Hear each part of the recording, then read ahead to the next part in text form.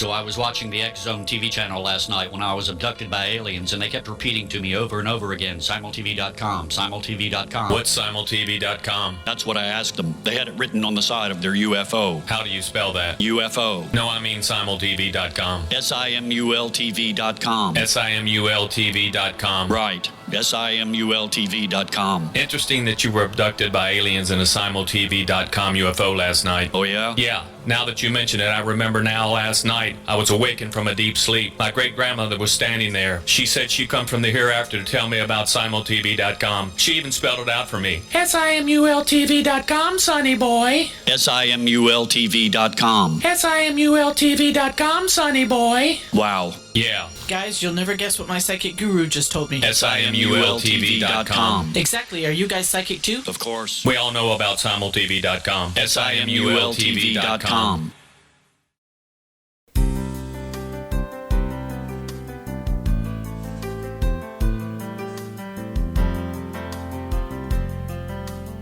Welcome to Mission Evolution Radio Show with Gwilda Wiyaka, bringing together today's leading experts to uncover ever-deepening spiritual truths and the latest scientific developments in support of the evolution of humankind. For more information on Mission Evolution Radio with Gwilda Wiyaka, visit www.missionevolution.org. And now, here's the host of Mission Evolution, Miss Gwilda Wiyaka.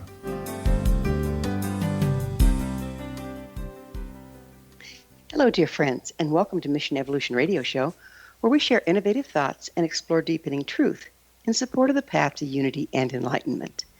I'm your host, Gwilda Wiyaka. This hour, we'll be looking at evolution through the science of human behavior. There's no avoiding it. Evolution creates disruption, or maybe it's the other way around. But the fact remains, there's a lot of social upheaval and turmoil going on right now. When things are disrupted, it's a challenging time, but also an alchemical one. There's never a better time than when all the components of a system are thrown up in the air to restructure it into a more user-friendly form. Yet these times and situations are unprecedented. We often can't rely on what's worked in the past. Where do we find guidance to help us restructure the very foundation of our society? Our guest this hour has some interesting thoughts on the topic. With us to discuss evolution and the science of human behavior is Dr. Anthony Biglan. Anthony is an award-winning leader of worldwide efforts to evolve a more nurturing society. His work on the book The Nature Effect, How the Science of Human Behavior Can Improve Our Lives and Our World, earned him the Award for Scientific Translation from the Society of the Advancement of Behavioral Analysis in recognition of his contribution to public understanding of the power of behavioral science. His website, TonyBiglan.com. Anthony, thanks for joining us on Mission Evolution. Happy to be here. What's your educational background? Well, I got my PhD in social and organizational psychology from the University of Illinois, but within about a year, I decided that I wanted to get training as a clinical psychologist. So I did that, and did an internship in clinical psychology, and essentially became a clinical psychologist. But then in the 1980s, I started doing prevention research, and first of all focused on cigarette smoking and preventing young people from smoking. And that got me into a public health orientation, where the interest is not simply in helping individuals, but actually changing the prevalence of a problem in the entire population. And one thing led to another, and I've gotten into the way in which corporations have evolved, the way in which corporations have evolved harmful practices. And I'm currently writing a book on evolving a more nurturing form of capitalism, which was actually just what I was working on when we broke to have this interview. Well, if there's anything needed, that would be it, right? I think so. I think that we've learned an enormous amount about human behavior in the last 50 years. And an evolutionary perspective is relevant to everything we've learned, because basically human behavior is itself an evolving process. But we've got to figure out how to find a form of capitalism that ensures the well-being of people and that minimizes harmful practices. Somewhere along the line, we kind of took a left turn, didn't we, as far as making money the almighty and the person is expendable? Yes, I think it really is the result of advocacy for the view that if each person simply pursues their own economic well-being, it will necessarily benefit everyone. That's been a fundamental assumption of free market economics. And I think over the last 50 years, it's become particularly promoted in society. There's a good deal of history on that, such that people felt like if they were making a lot of money, they must be doing something good, and so get out of my way. Government's bad, regulation's bad, and so on. The first six chapters of my new book walk through 6 industries that have evolved practices that are harmful to people and that haven't been adequately regulated. Fortunately, there seems to be quite a few people out there advocating a real shift in the way business is approached. Are you familiar with any of those? Yes, there are 2 in particular in the business world. One is the conscious capitalism movement, and the other is the B Corp movement. And both of those are taking the position that corporations, companies, businesses should really think about themselves as having 4 constituency. Certainly their customers and their investors, but also their employees, and lastly, the society as a whole. And I think that to the extent that we can get those values adopted widely, we will start to rein in the excesses of industries such as the tobacco industry that leads to the deaths of 450,000 people a year in the United States alone, or the financial industry that's not regulated the way it was for most of the last 50 years. Right. It seems like we can go on this scale from over-regulating to under-regulating and back again. But I'm with you. I think we need to rein this thing in a little bit so it serves everyone. I agree. Yeah. So what exactly is human behavioral science? Well,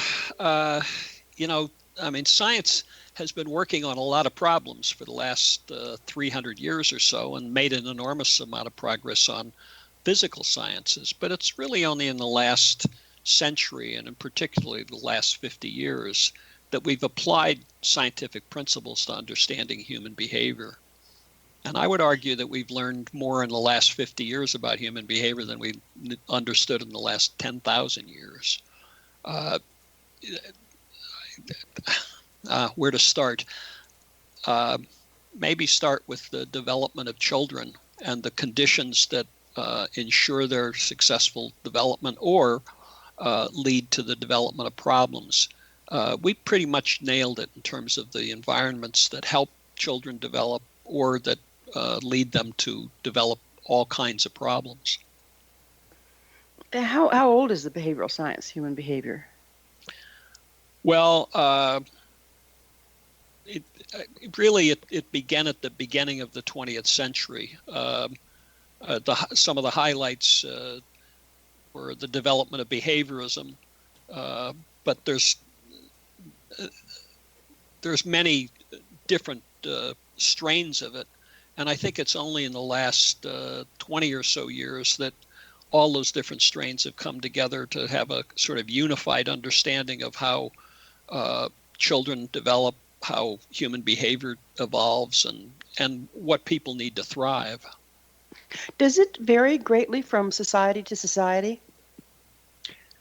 Well, in my experience in most of my career, up until maybe the last 20 years, it would seem to be only in the United States there was much behavioral science going on, but now it's worldwide. There are competent behavioral scientists in virtually every developed country and a lot of less developed countries. Can we predict human behavior through the science? Oh, to a great extent we can, yes.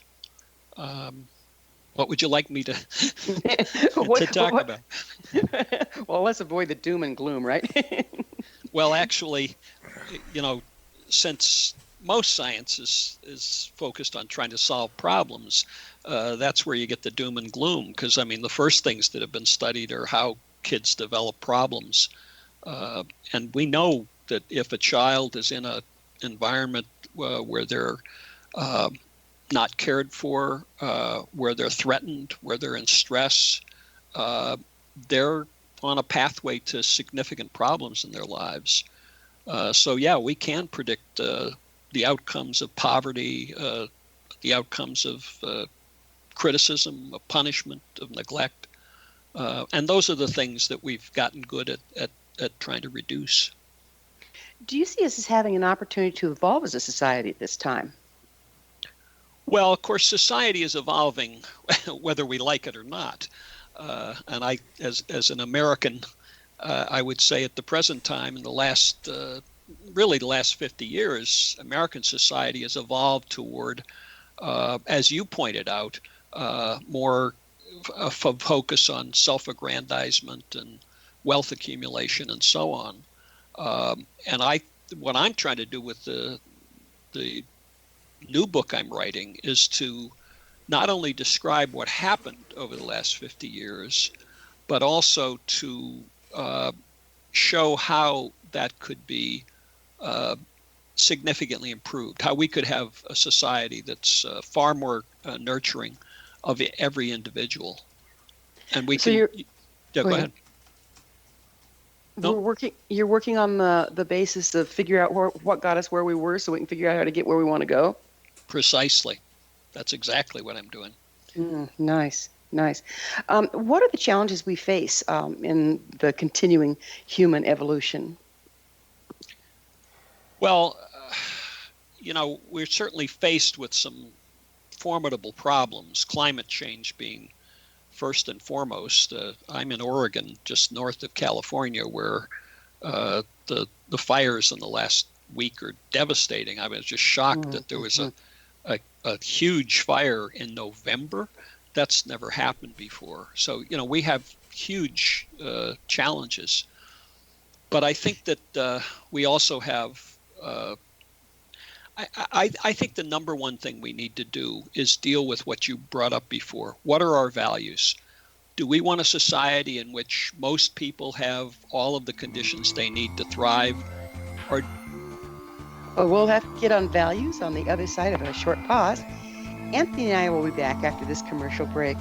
You're listening to the Mission Evolution Radio Show, coming to you on the X Zone Broadcast Network, www.xzbn.net.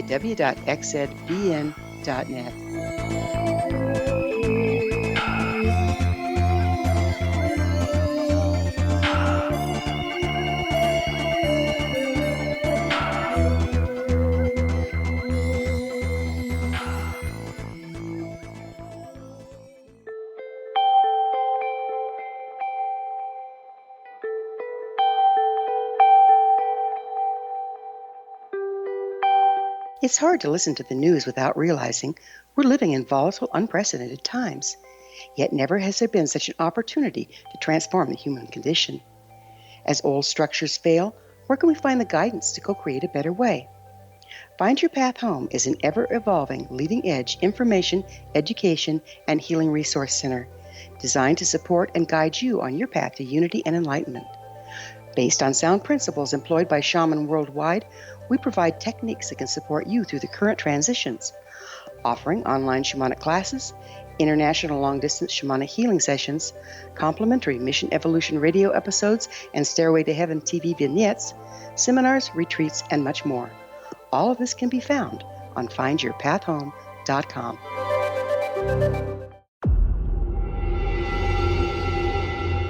Whether you're a skeptic or a believer, join me, Rob McConnell, as together we'll investigate the world of the paranormal and the science of parapsychology here on the X Zone Radio TV show on XZBN and the X Zone TV channel on Simul TV. Since 1990, the X Zone Radio TV show has been the place where people dare to believe and dare to be heard. Together, we'll investigate UFOs, aliens, ghosts, Bigfoot, psychic phenomenon, lake monsters, conspiracy theories, government cover-ups, the truth embargo, alien abductions, ESP, haunted locations from around the world, and so much more. With over 28 years of broadcasting and more than 4,500 individual guests, the X Zone is truly a place where fact is fiction and fiction is reality, as evidenced by the credibility, integrity, and professionalism of the guests that we bring to our international audience. If you have seen a UFO, had a close encounter, seen a ghost, Bigfoot, lake monster, or a story that you would like to share or have investigated, contact me, Rob McConnell, by sending me your email to xzone@xzoneradiotv.com, or you can call toll-free 1-800-610-7035, extension 143, and on Skype, Xzone Radio TV. For more information on the Xzone Radio TV show with yours truly, Rob McConnell, visit www.xzoneradiotv.com or www.xzonetvchannel.com or simultv.com and xzbn.net. Until next we meet here in the X Zone from our broadcast center and studios in Hamilton, Ontario, Canada, always remember, X Zone Nation, keep your eyes to the sky and your heart in the light.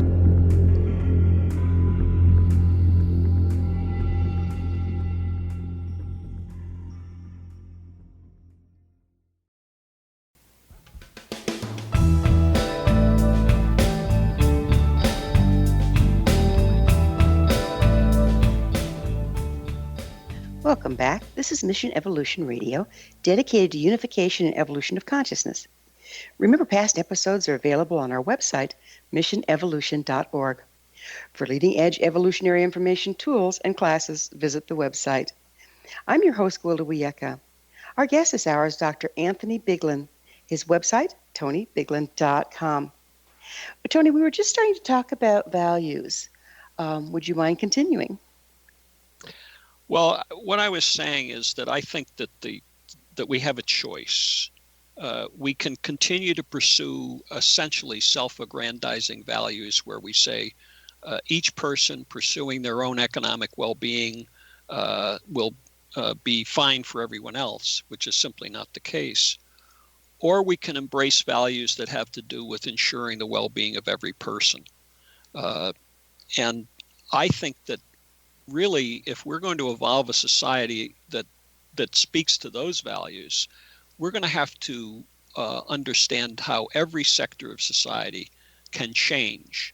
I think that if you think about the healthcare system or the financial system or business generally or the criminal justice system or education, in every one of those areas, we need to be asking, is this sector of society working for the well-being of every person? Or has it become corrupted by the notion that the value of each person is a matter of how much they make? And I think that we can, and in every one of these sectors, there are people who would embrace pro-social communitarian values of the sort that I'm talking about. But we need a movement where they get together and they start to ask that question of every sector of society. Take criminal justice, for example. Criminal justice system in the United States is badly broken. We used to have no more higher incarceration rates than other countries, but since the 1970s, our incarceration rates have exploded. This has harmed families and undermined the well-being of all the children who were harmed when those families were harmed. And the criminal justice system hasn't operated according to the principles of trying to ensure that people who violate the law are rehabilitated in ways that they no longer violate the law. And so we have high levels of recidivism. We have a privatization of the prison system, which leads to companies that actually have a stake in having people in prison. So you can see that there are many ways in which we need to reform the criminal justice system so it's focused on reducing crime from happening in the first place and from rehabilitating people who do commit crimes. We know the medical system is another prime example that it got so monetized in a way, because it used to be, well, every doctor goes into medicine and every nurse wanting to serve, wanting to help. And boy, when I see the stress these people are underneath because of the restrictions of the insurance companies who are trying to watch out for their bottom line more than they are human beings, it's terrifying. ER room nurses work 12-hour shifts. The doctors are having to see so many patients. They're missing stuff. They kick you out of the hospital before you can even walk. It's just really changed in the last, I'd say, 50 years. There you go again. And we really need to turn it around. How can we get what's needed in there to do that? Oh, you've pressed a button. I'm actually very much focused on the social determinants of health. So we spend about $2.5 trillion a year on healthcare in the United States. And that is about 17% of the gross domestic product of this country. We spend about $10,000 per person on healthcare. That's twice the level of the next highest economically developed country, and it's about 3 times the level of the average other developed countries. And we spend 95% of that money treating problems that could have been prevented. And this is the thing that is there are so few people who understand. I'm essentially a prevention scientist. In fact, I'm the former president of the Society for Prevention Research. And people do not understand how much we could prevent these problems. If you look at the causes of premature death, about 40% of premature deaths are attributable to unhealthful behaviors. Behaviors like cigarette smoking, drug abuse, academic failure, antisocial behavior, depression. These are things that cause people to die at an early age. Well, what about our diet? Look, there's a reason the Food and Drug Administration is there, right? Well, yes, but they could do a much better job. You're absolutely right. Unhealthful eating is a huge one. In fact, that's one of the chapters in my book. But you go to the grocery store and most of what's being peddled there is unhealthful. That's true. And in fact, there are a number of good books written on this. Basically, we have a food industry that has evolved because it was profitable to engage in the practices that they've engaged in. And many of those practices have to do with, in a sense, inventing foods that never existed before they were invented. The manipulation of fat, sugar, and salt in our diet has produced foods that are, really tasty and hard to, not eat. And then they're marketed to children. And we have an obesity epidemic in this country that's unprecedented. We have children who are developing adult onset diabetes as children. That never happened before. And it's directly due to the marketing of unhealthful foods to children. It's really reached epidemic proportions, hasn't it? It has indeed. Yeah. How can how can what you learned in behavioral science start to intervene in this? Well, in a lot of ways, there are certainly things that could be done with individuals to help them change their lifestyles, to change their physical activity, their eating habits, their substance use habits, and so on. But, I was an expert witness in U.S. versus Philip Morris et al. In 2005. And that was a lawsuit against the tobacco industry for marketing cigarettes as though they were healthy and marketing them to teens by convincing teens that they'd be popular if they smoked particular brands of cigarettes. And that has resulted in the deaths of about 20 million people in the last 40 or 50 years. And so one of the things we need to do is change marketing so that these harmful substances aren't being marketed to children. My expertise that I testified in U.S. versus Philip Morris et al. Was specifically on that, the degree to which the tobacco industry has been very successful in convincing young people that if they smoked, they'd be popular and so on. I still remember those, the Marlboro Man and all that fun stuff. But they're doing the same thing with food. It takes us back to the media and to marketing, to advertising that's being pretty darn irresponsible at this point. How can you intervene with that process? Well, it ain't going to be easy, and it's going to take a while.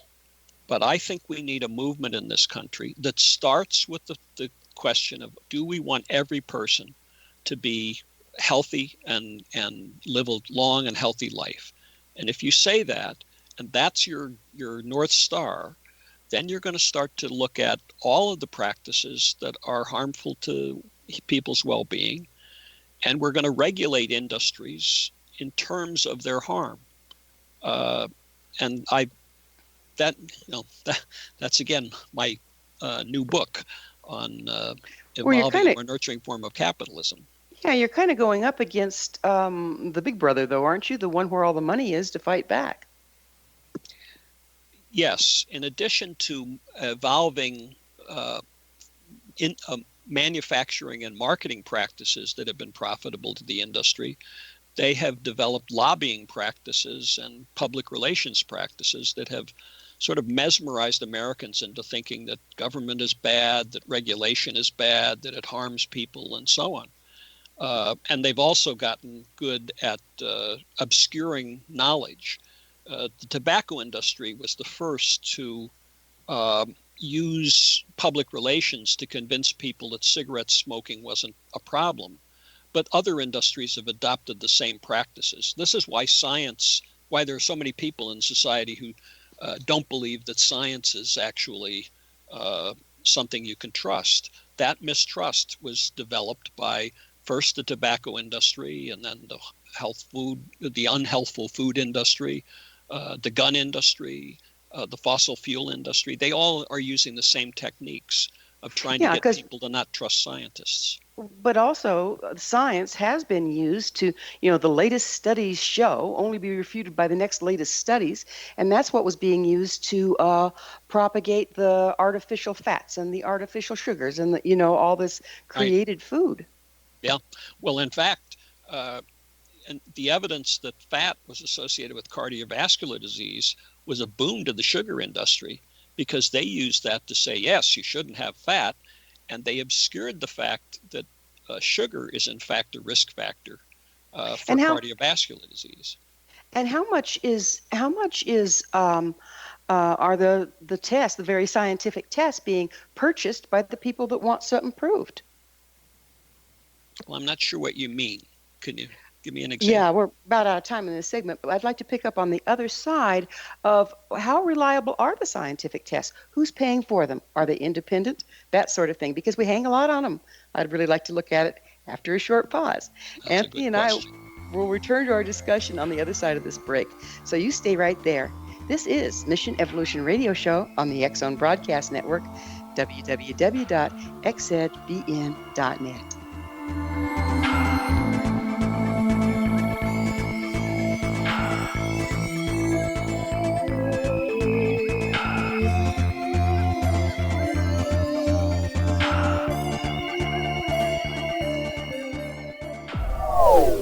They are here, and they've been here for thousands of years, making their presence known in the shadows. They might be seen by a lonely motorist on a deserted road late at night, or by a frightened and confused husband in the bedroom he is sharing with his wife. But who are they? What do they want? Why are they here? Perhaps most concerning, has the government been aware of their presence all along? The new book by Ellie Marzulli, UFO Disclosure, the 70-year cover-up exposed, delves into the world of UFOs. Can full disclosure be soon? Order now and receive a free hour and 37-minute DVD on the UFO phenomenon. UFOs are real. Get both the book and the DVD, a $40 value, for only $19.99. To order your book and DVD today, go to lamarzulli.net. That's LAMARZULLI.net.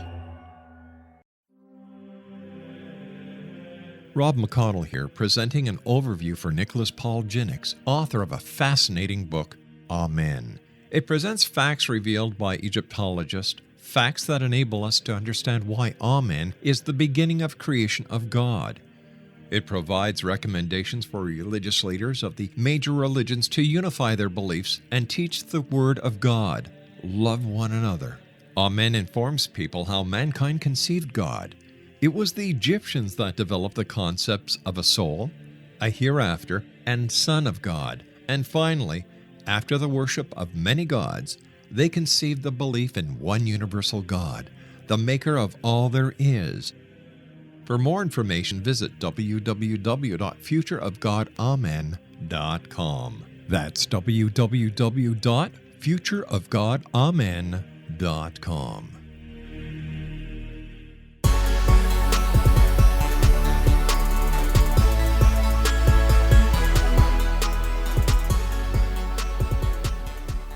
Welcome back. This is the Mission Evolution Radio Show, www.missionevolution.org, bringing the latest tools and information to support the path to enlightenment.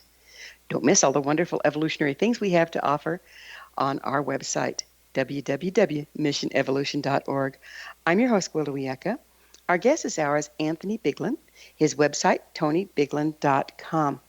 Anthony, we were just about to start talking about science, and this is one thing I've noticed over the years that, we bow down to the latest studies, change our behavior around the latest studies, only to have them refuted by the next latest studies, and it all has kind of started to look like a marketing ploy. How can we tell who's paying for these studies and how neutral they are?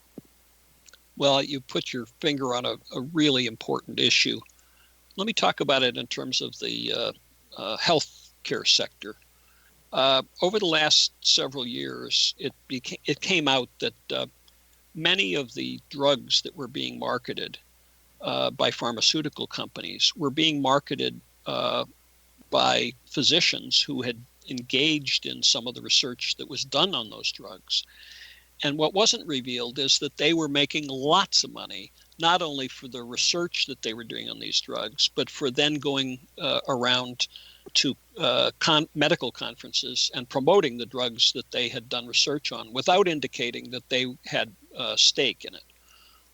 The law has changed to some extent on that, but there are still examples coming out of people who are making hundreds of thousands of dollars, millions of dollars, shilling for the pharmaceutical industry and not revealing that they have a conflict of interest.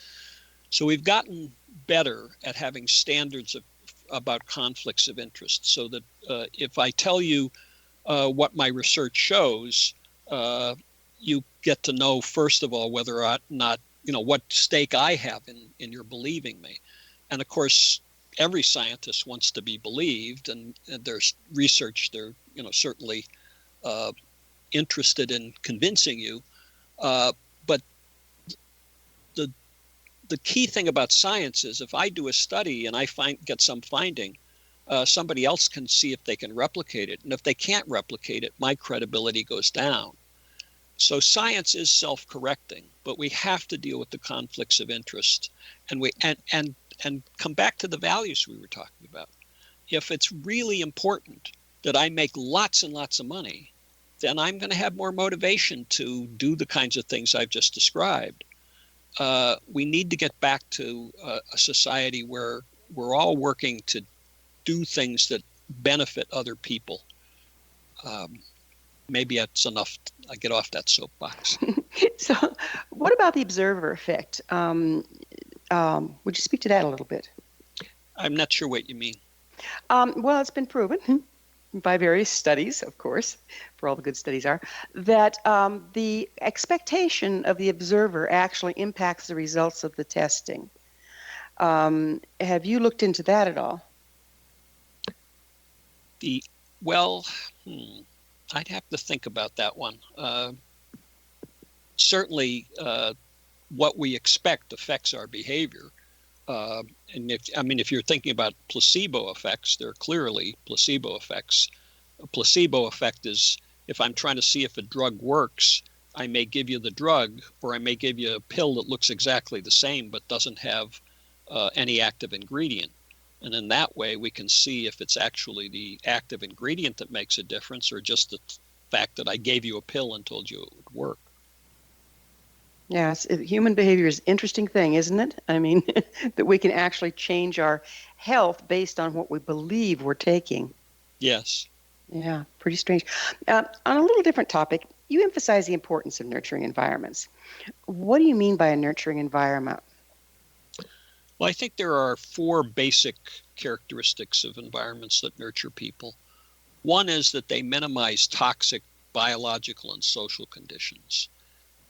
Toxic social conditions like uh, anger, conflict, stress, criticism, those kinds of things. The kinds of things that you see in families with aggressive kids, the kinds of things that are more likely in poverty. But also toxic biological conditions like high levels of airborne lead or high levels of omega-6 in the diet. These are proven harms to especially to children. The second thing in nurturing environments is that they richly reinforce all kinds of pro-social behavior. And when I say reinforce, I'm not talking about M&Ms and stickers. I'm talking about listening, caring, respecting, joining people with interest, warmth. These are the things that really nurture people's development. And the third thing is that we need to limit opportunities and influences for problem behavior. Opportunities like kids home alone after school without adult supervision, where kids can get into lots of problem behaviors, but also influences like the marketing of cigarettes, the marketing of guns, the marketing of unhealthful foods, the marketing of alcohol. If we can limit those influences, we'll limit the number of young people who get started in doing these things. What about the nurturance of adults?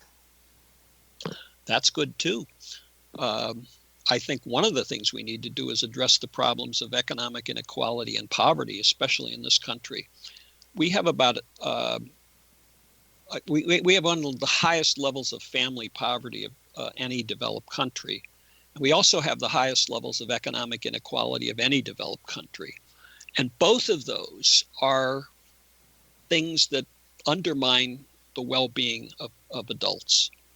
Let me talk about economic inequality, because that's one that you might not have heard as much about or thought about. We have a very high level of economic inequality, and it harms just about everybody in society. And this is the interesting thing about it. It's not just the poorest people in an unequal country that suffer. It turns out that people, even up to fairly affluent people, have higher levels of stress and higher levels of, and actually live shorter lives in unequal countries. And the reason is that there is greater social stress, there's strain, there's status differences. So I may be, fairly affluent, but there's always somebody who's more affluent, and people have more stressful interactions in unequal countries. So that's. Don't we also see the alternative? I mean, the raise in homelessness and all this stuff. But for the grace of God, there goes I. If I don't stay on top of the pile. That's true, and those are stressors for people.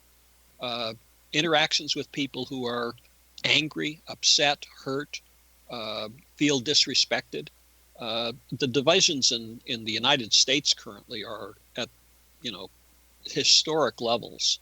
And that's one of the things I address in the evolving more nurturing capitalism, is that we need to reduce that divisiveness. We need to increase respect, compassion, and caring for other people. I've got a friend who's started a kindness effort here in Eugene, Oregon, where we're trying to actually increase the degree to which people are being kind to other people. It's a simple thing, but it can reduce stress. And stress is a major factor in cardiovascular disease. It shortens people's lives. But that competition is huge in stress, isn't it? It is, and that's why we've made a lot of progress in that.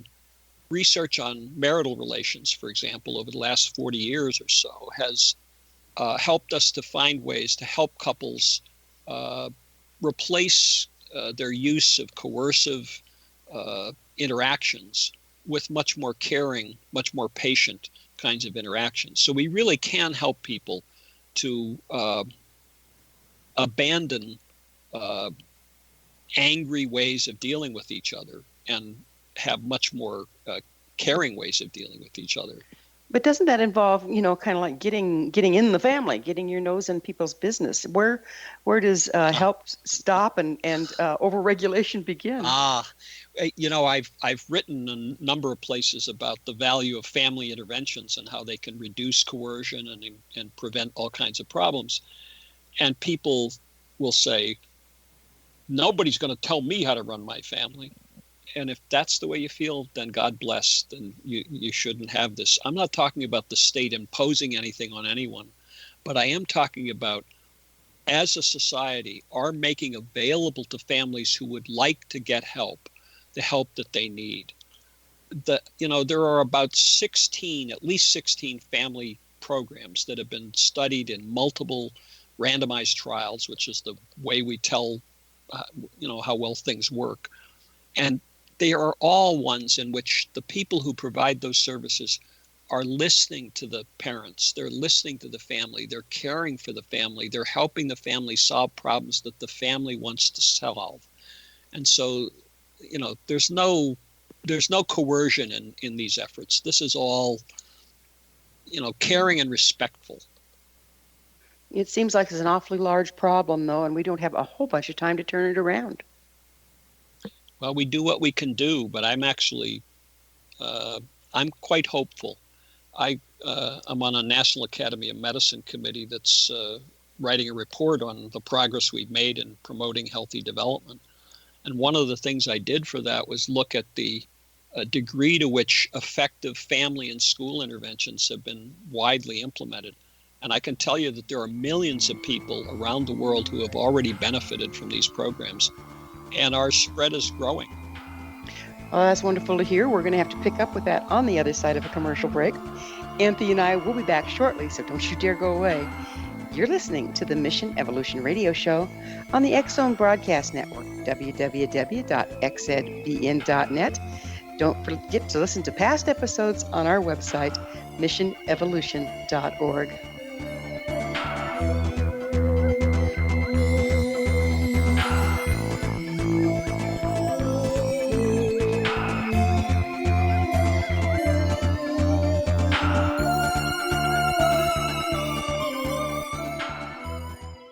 You have heard of the X-Zone? Now watch it on Simul TV, plus 500 video games, live TV channels, free video on demand, worldwide, and more. Does this sound like tomorrow's television? Well, it is, but you can have it today, right now. It is Simul TV. Simul TV offers what the others only wish they could provide. 15 exclusive channels like X-Zone, Sci-Fi, and Horror. We are worldwide. No other provider offers that. 500 built-in video games. No need to have an extra expensive system. We have them included. Free video on demand. Live streaming events from around the world. Interactive online network, and much more. Tomorrow's TV today. Simul TV. Sound too good to be true? Well, it's not. You can have Simul TV today. Sign up at simultv.com. Do it today.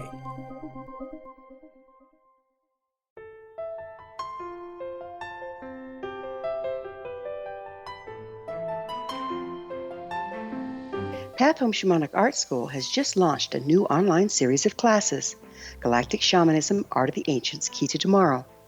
In these classes, composed and taught by Path Home founder and director Gwilda Wiyaka, you'll learn practical shamanic skills to support your daily life, such as how to build a medicine wheel to access the power of the earth, perform a shamanic journey, create sacred space in which to live and work, empower your life with totem animals, elementals, and fairy folk, and learn the art of accurately reading signs and omens. These tried and true skills are the key to living a powerful, productive life. Visit us at findyourpathhome.com to see the ever-growing collection of classes and leading-edge information to support you during these times of uncertainty and transition. All can be found at findyourpathhome.com. They are here, and they've been here for thousands of years, making their presence known in the shadows. They might be seen by a lonely motorist on a deserted road late at night, or by a frightened and confused husband in the bedroom he is sharing with his wife. But who are they? What do they want? Why are they here? Perhaps most concerning, has the government been aware of their presence all along? The new book by Ellie Marzulli, UFO Disclosure, The 70-Year Cover-Up Exposed, delves into the world of UFOs. Can full disclosure be soon? Order now and receive a free hour and 37-minute DVD on the UFO phenomenon. UFOs are real. Get both the book and the DVD, a $40 value, for only $19.99. To order your book and DVD today, go to lamarzulli.net. That's LAMARZULLI.net.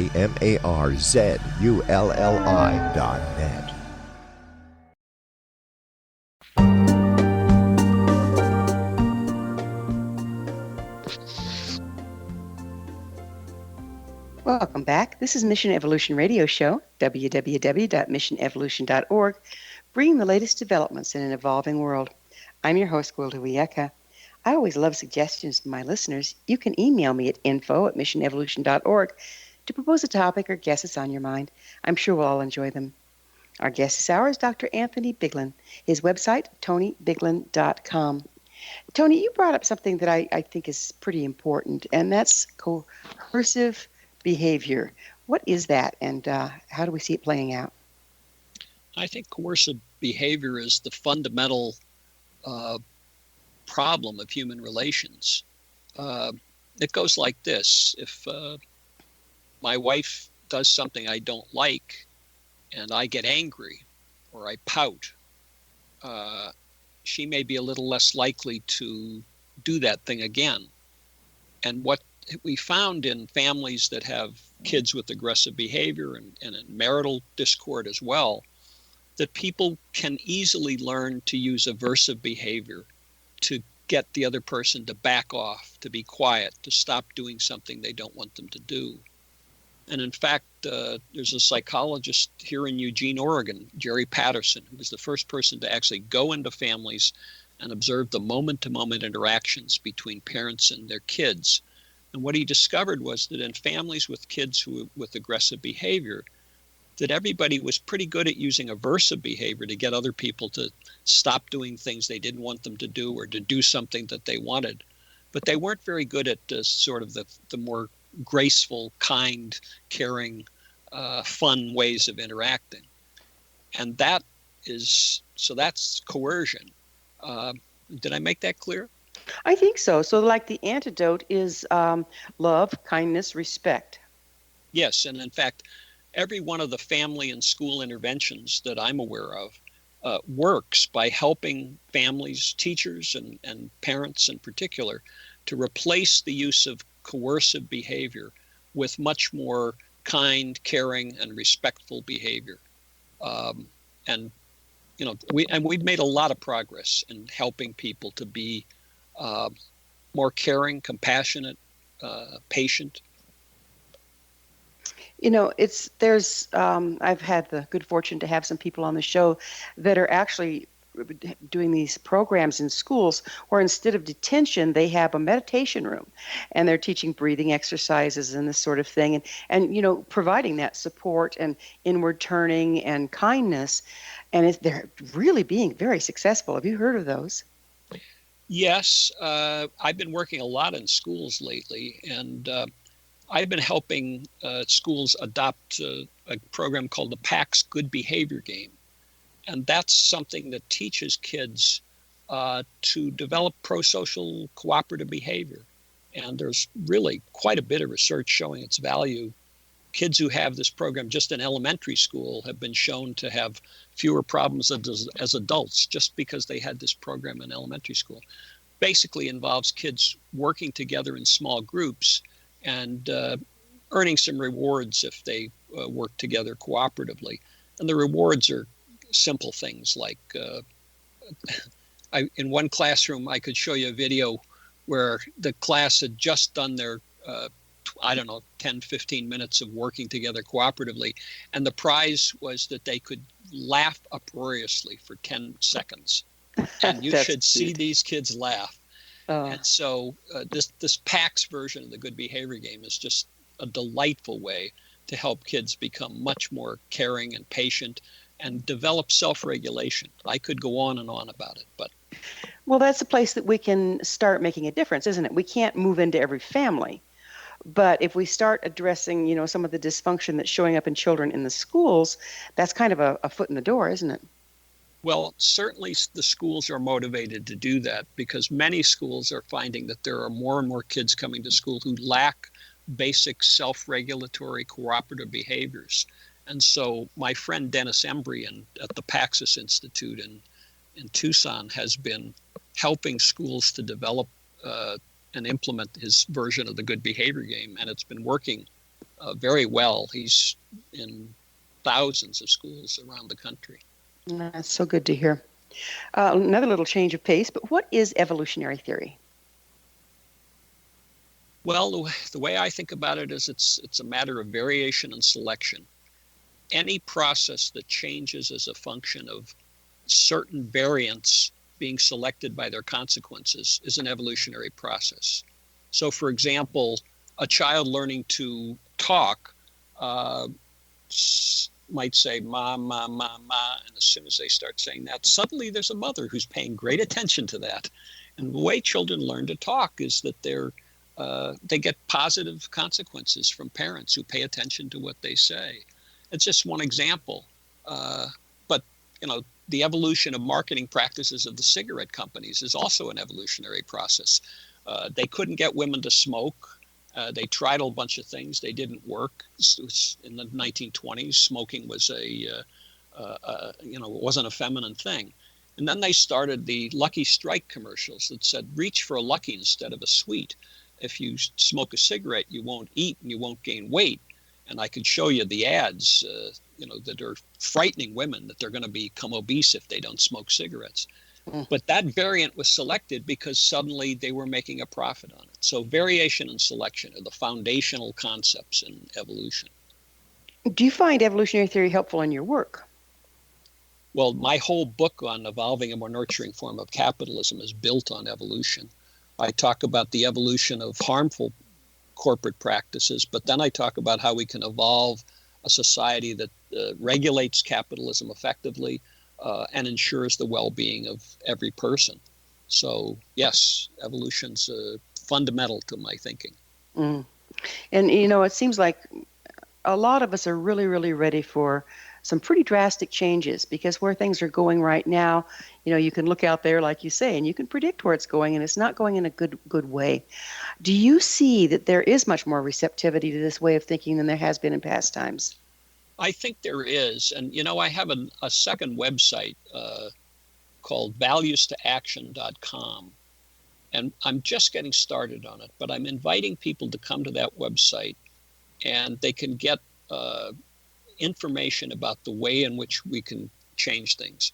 I think that a virtually unprecedented movement is needed in society, and one of the chapters in my new book is how you can, and in fact you can, if you go to Values to Action, you can get a PDF that gives advice on how to deal with the stresses involved in the troubling status of current U.S.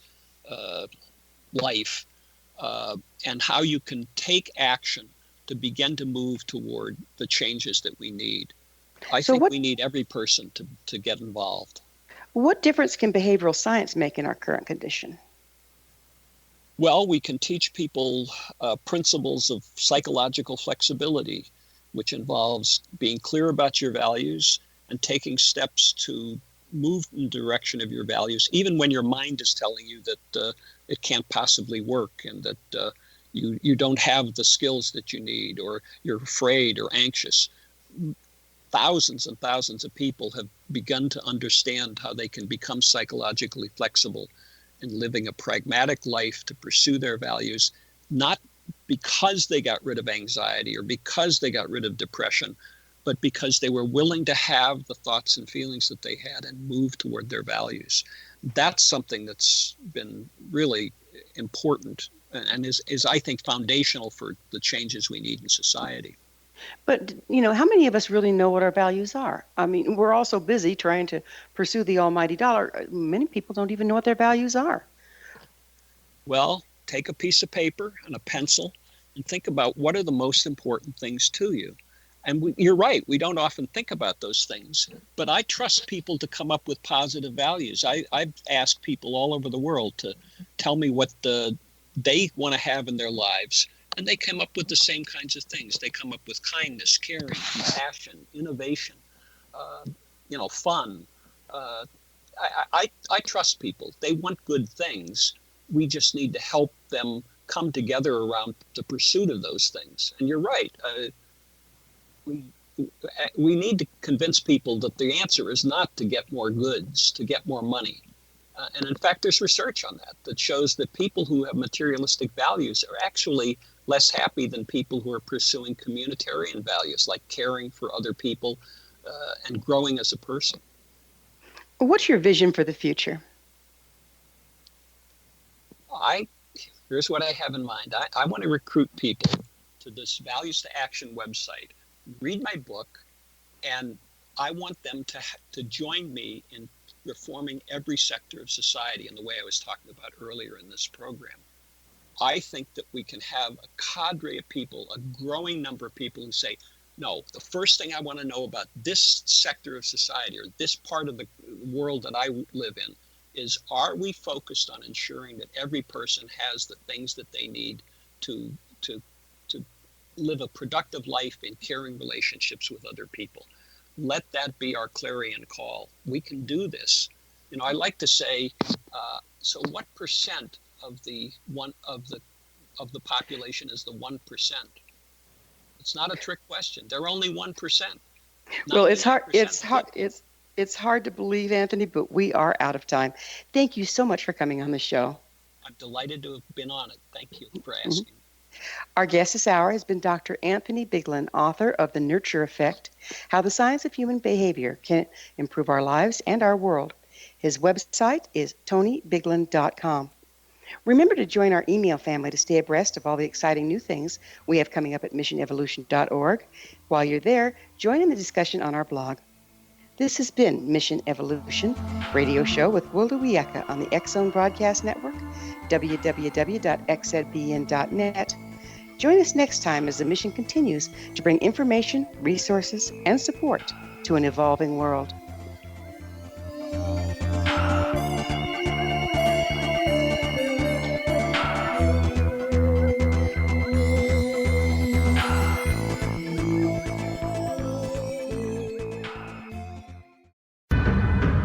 If you are looking for a safe, zero-calorie natural option to the harmful artificial sweeteners on the market today, Just Like Sugar is what you're looking for. Just Like Sugar is a wonderful natural alternative for those health-conscious people who choose a calorie-restricted diet with a great, pure, sweet flavor that tastes just like sugar. Just Like Sugar is a great natural option for people suffering from diabetes and may be useful in restricted diet programs where standard sugars are not allowed and does not cause a laxative effect of some other sweeteners. Just Like Sugar comprises a perfect blend of chicory root fiber, natural calcium, natural vitamin C, and Just Like Sugar's sweetness comes from the natural flavors from the peel of the orange. Just Like Sugar is a natural alternative to harmful artificial sweeteners and will change the way that you believe all natural sweetener products taste. Just Like Sugar is available at your local Whole Foods markets, Wild Oats markets, Henry's, Sun Harvest, and many other fine natural food stores in the U.S., Canada, and worldwide. You have heard of the X Zone? Now watch it on Simul TV, plus 500 video games, live TV channels, free video on demand, worldwide, and more. Does this sound like tomorrow's television? Well, it is, but you can have it today, right now. It is Simul TV. Simul TV offers what the others only wish they could provide. 15 exclusive channels like X Zone, Sci-Fi, and Horror. We are worldwide. No other provider offers that. 500 built-in video games. No need to have an extra expensive system. We have them included. Free video on demand. Live streaming events from around the world. Interactive online network, and much more. Tomorrow's TV today. Simul TV. Sound too good to be true? Well, it's not. You can have Simul TV today. Sign up at simultv.com. Do it today.